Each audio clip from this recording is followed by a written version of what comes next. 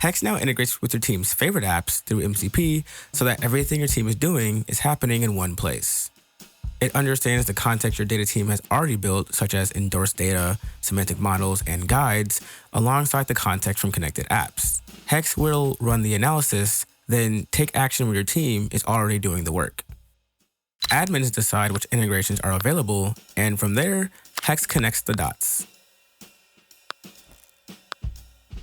Let's say you're analyzing adoption across recent feature launches.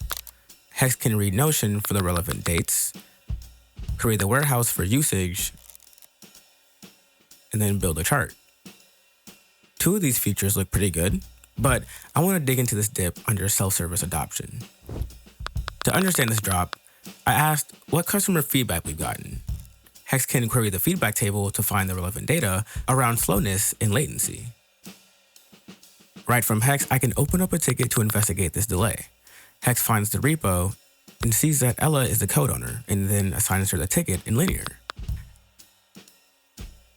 Data is your most valuable asset, and Hex is the place where you can make the most impact and drive real results.